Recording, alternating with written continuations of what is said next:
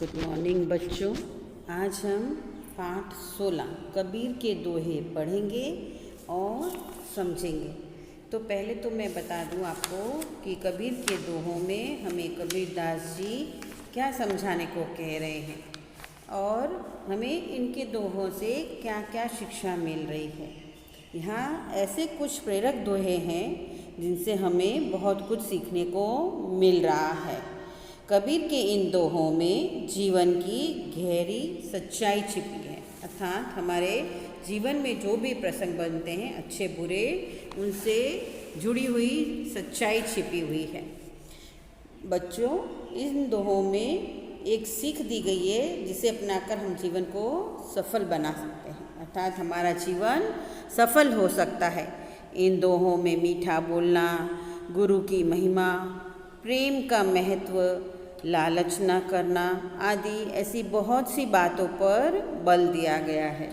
समझाया गया है कि जीवन में कभी भी किसी बात का घमंड नहीं करना चाहिए। हम इस ज़मीन पर ही पैदा हुए हैं और यहीं पर हमारी मृत्यु निश्चित है, फिर घमंड किस बात का। तो ऐसी छोटी छोटी बहुत सी बातें इन दोहों में बताई गई है। तो चलो आज हम 1, 2, 3 और 4 दोहे पढ़ेंगे और समझेंगे। ओके। काल करे सो आज करे सो अब, पल में परले होएगी, बहुरी करोगो कब। अर्थात इस दोहे में, इन पंक्तियों में कवि बता रहे हैं कि जो हमें काम कल करना है उसे आज करो, जो आज करना है उसे अभी करो। क्षण भर में प्रलय हो जाएगी, प्रलय हो जाएगी तो करेगा कब? प्रलय आएगी तो कब करेगा? तब तुम अपने काम नहीं कर पाओगे समय पे। अर्थात जो काम समय रहता किया जाए उसका लाभ मिलता है, उसका हमें फ़ायदा होता है। असमय किया गया काम निसफल हो जाता है, उसमें हमें सफलता नहीं मिलती है। हम हर काम को कल कर लेंगे ऐसे करते रहते हैं और वो कल कभी भी आता नहीं है। जैसे आपको टीचर ने होमवर्क दिया है, बोले मैं नेक्स्ट वीक चेक करूँगी, तो हम सोचते हैं अभी नेक्स्ट वीक को तो 7 दिन पड़े हैं, मैं आज नहीं तो कल कर लूँगा, अभी तो बहुत दिन है, 6 दिन में मैं आराम से पूरा कर लूँगा। पर बच्चों, कभी ऐसा होता है हम बीमार पड़ जाएं, हमारे घर गेस्ट आ जाए, कुछ काम आ जाए, कहीं बाहर गांव जाना पड़ जाए, तब हमें बहुत तकलीफ़ पड़ती है और समय हाथ से कब फिसल जाता है ये हमें पता ही नहीं चलता। इसलिए कबीरदास जी कह रहे हैं जो काम कल करना है उसे आज करो, आज करना है उसे अभी पूरा करके रख दो। कब प्रलय आ जाएगी, कब तूफान आ जाएगा, कब बारिश हो जाएगी, कुछ पता नहीं चलता, फिर वह काम कब करेगा। चलो तो अब दूसरा दोहा पढ़ते हैं। पोथी पढ़ी पढ़ी जग मुआ, पंडित भया न कोय, ढाई आखर प्रेम का, पढ़े सो पंडित होए। अर्थात कवि जी कह रहे हैं कि किताबें तो पूरा संसार पढ़ता है, सारे दिन किताबें पढ़ कर ऊंधा बढ़ जाता, मुआ यानी उल्टा हो जाता है, पर उन्हें पढ़ने से कोई विद्वान, पंडित यानी विद्वान नहीं होता, क्योंकि जब तक हमें प्रेम के ढाई अक्षर नहीं पढ़ लेते, उनका ज्ञान नहीं होता, तब तक सारा ज्ञान व्यर्थ है। अर्थात अगर हमारे भीतर प्रेम की भावना नहीं हुई तो हम चाहे कितने भी बड़े आदमी बन जाएं। अगर आप देखो कोई एक डॉक्टर है, वो बहुत अच्छा है, खूब पढ़ा लिखा अच्छा डॉक्टर है, पर उसकी दवाइयाँ कम असर करती, पर वो बहुत मीठा बोलता है, अच्छा बोलता है, उसके अंदर प्रेम है, तो लोग उसी के पास जाएंगे। उधर सामने उससे भी होशियार डॉक्टर है पर उसकी अंदर प्रेम की भावना नहीं है, तो वहाँ कोई जाएगा नहीं। ये मैंने आपको एक उदाहरण दिया है।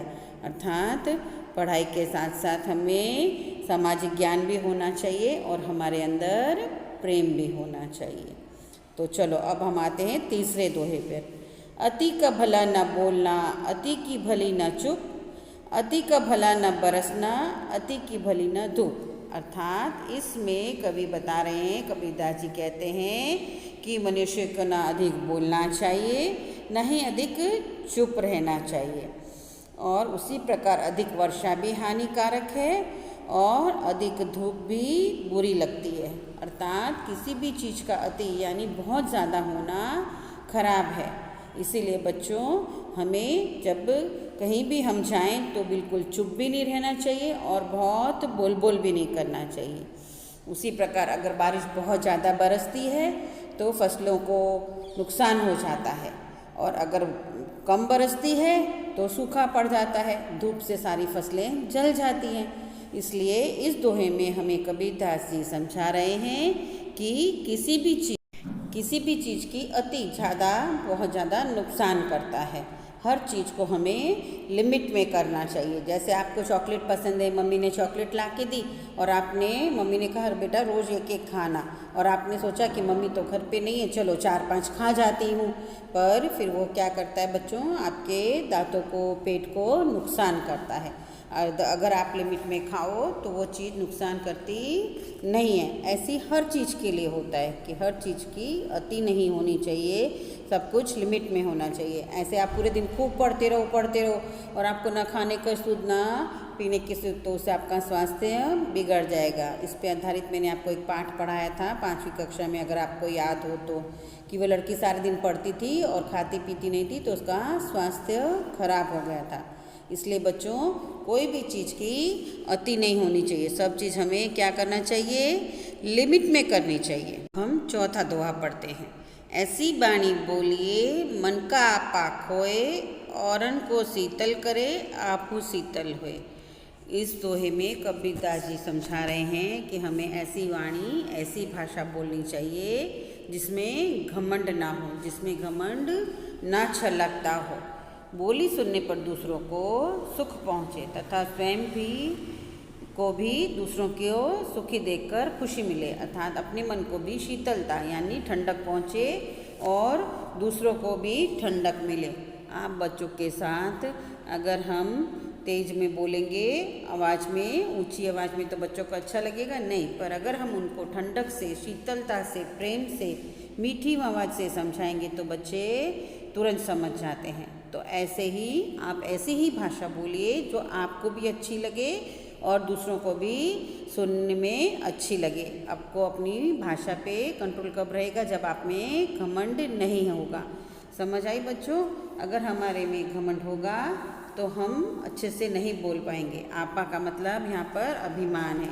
ये दोहे थोड़े आपको हार्ड लगेंगे, इसलिए यहाँ पे बहुत सारे मीनिंग्स दिए हैं, उनको आप उन शब्दों के ऊपर लिख लो। ऐसा मैं आपको हर पाठ में कहती हूँ, कठिन शब्दों के ऊपर उसका अर्थ लिख लो। जब आप पाठ पढ़ोगे तो आपको अच्छा लगेगा।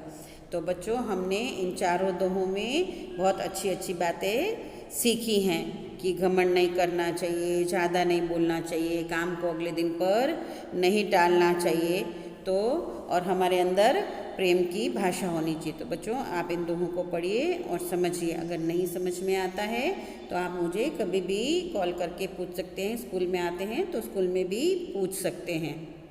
अब इसके आगे के 5, 6, 7, 8 दोहे मैं आपको नेक्स्ट सेशन में समझाऊंगी। अब आप अपने FA4 की तैयारी भी साथ साथ करते रहिए और नोटबुक्स भी पूरे करते रहिए, तो आपकी चेकिंग हो जाएगी।